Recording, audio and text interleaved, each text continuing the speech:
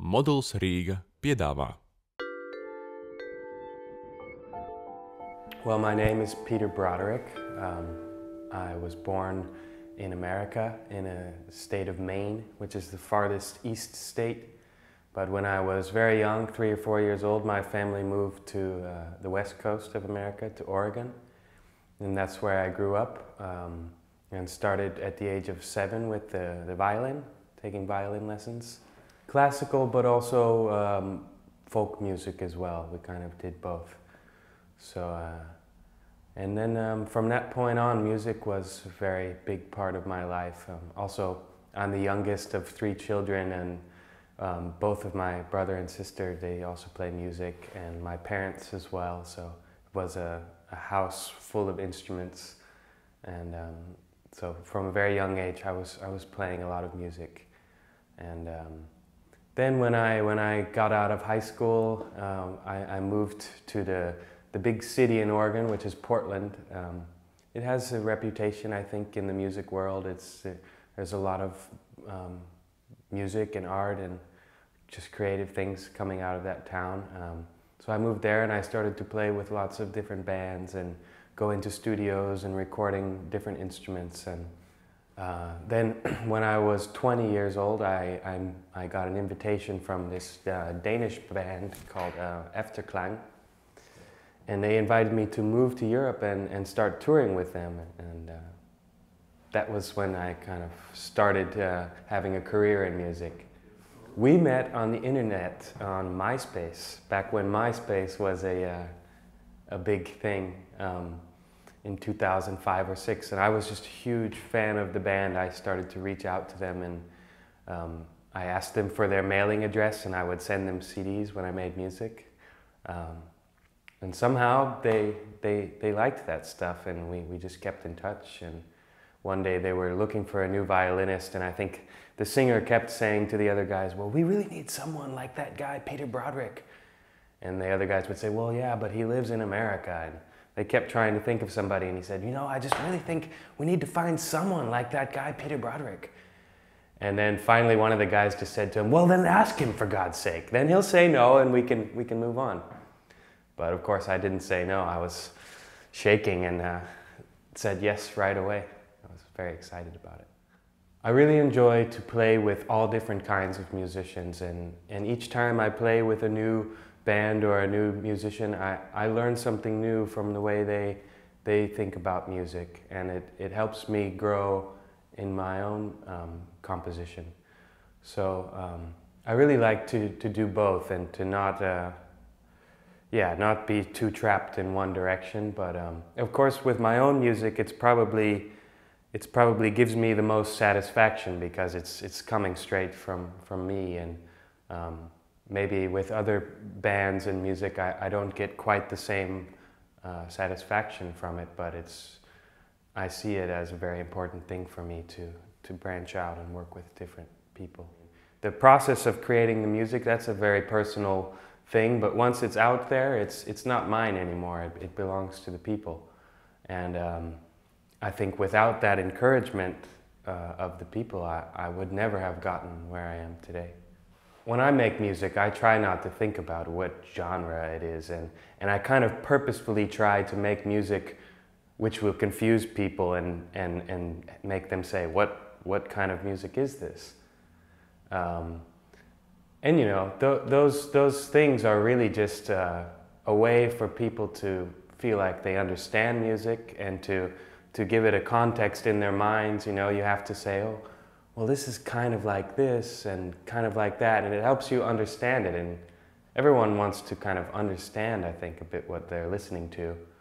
So I don't mind those terms, but I don't like to speak about them too much myself. Genres, to me, it's more just like one big thing called music. You know, if I've made one album that's kind of folk music, then the next time I'm gonna try to make something else. And I don't know if I'll ever get around to like heavy metal or sounds like that, but who knows, you know? Could be fun, yeah. Maybe 5, 6 years ago, if you asked me what was my least favorite type of music, I would have said reggae. because for the longest time I thought reggae was terrible. All I heard was this chick, chick, chick, this same rhythm over and over again, and I thought, why would you base an entire genre of music on this same rhythmic pattern? And it all just sounded the same to me. But like anything else, if you dive into it, you start to listen to it more, you hear all this other subtle differences that make tracks different from each other, and you get into the whole world of that music. And now I would love to make a reggae album. I mean, I think it's wonderful music. So there is no type of music I don't like. But when I meet musicians and they don't seem very nice to me, then I don't like their music. I don't want to listen to it. And that's the only time when I really don't like music, is when I don't like the people who are making the music. And I have to, have a personal experience with them to really feel that. So yeah, it's much more about the people and how the music is made than what the sound is. And I know some people that are very talented, but they're also a bit, mean sometimes. They when they're, maybe they're getting ready for a show and they're being really rude to the sound engineer because nothing sounds right. But I try to just stay out of that and let them do their thing. And I guess, if the music is good enough, sometimes it's like, I think about someone like Keith Jarrett. Keith Jarrett, the amazing piano player, and he has this reputation of just being a complete asshole.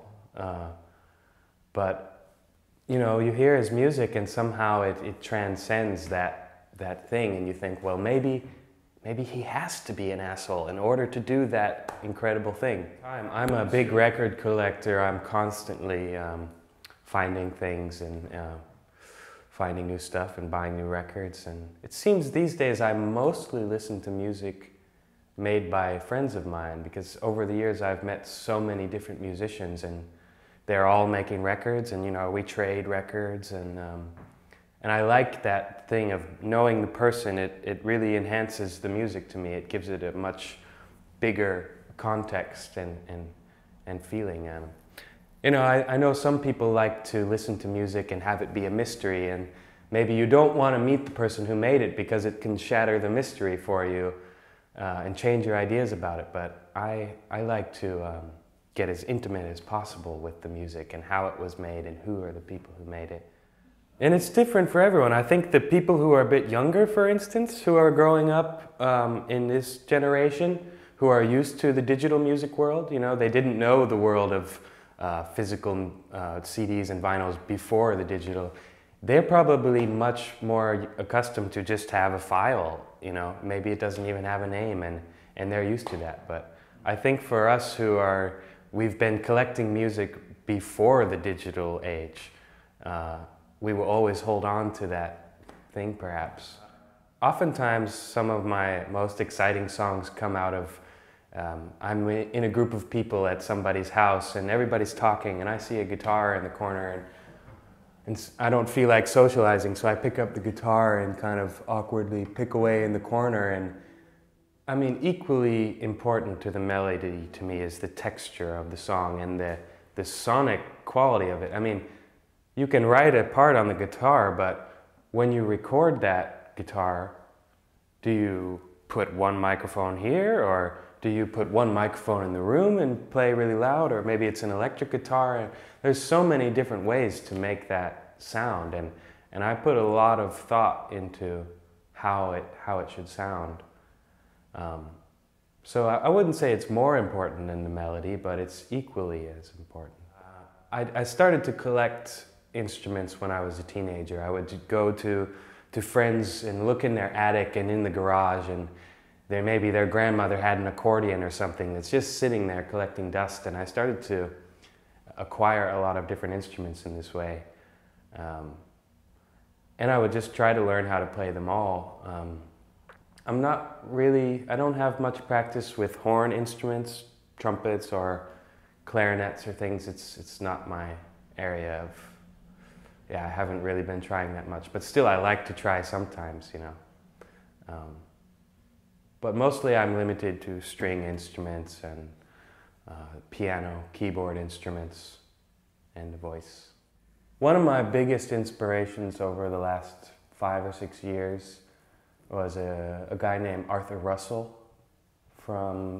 He's from America. He grew up in a kind of rural countryside of a state called Iowa, and he moved to San Francisco, and then he was in New York for a while, and he died in the early 90s, but the reason I fell in love with him, I think, is because he tried so many different types of music. There's some songs that are like country western songs on the guitar. There's some that's kind of like instrumental, experimental classical music. He made a lot of disco music in the 90s, in late 80s in New York. So he really didn't limit himself to any particular style of music. And when I heard that, it kind of made me feel justified in doing that myself. I've always tried to experiment with different types of music. So I fell in love with him for that reason, but also because of the music itself.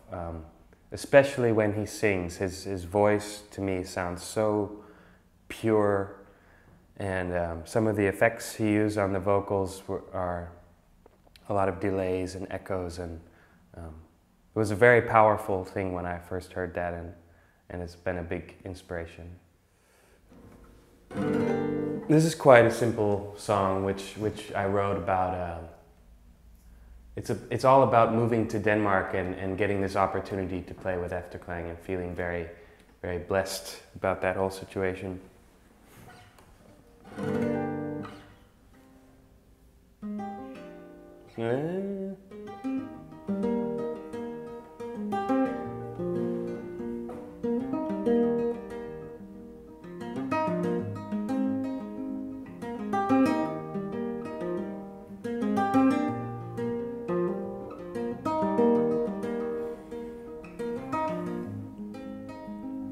Oh, the ones I often dreamt of, with the notes in my ears, and the ones I often mimicked, with the notes on my finger.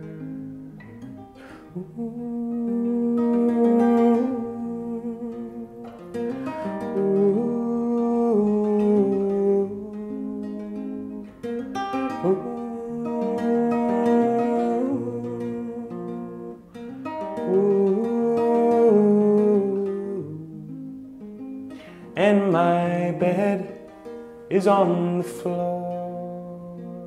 Yes, my bed is on the floor of one of the ones I often dreamt of, with the notes in my ears.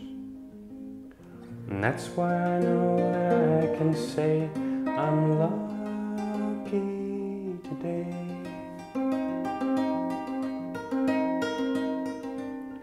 And that's how I know that it's time to be brave. Oh.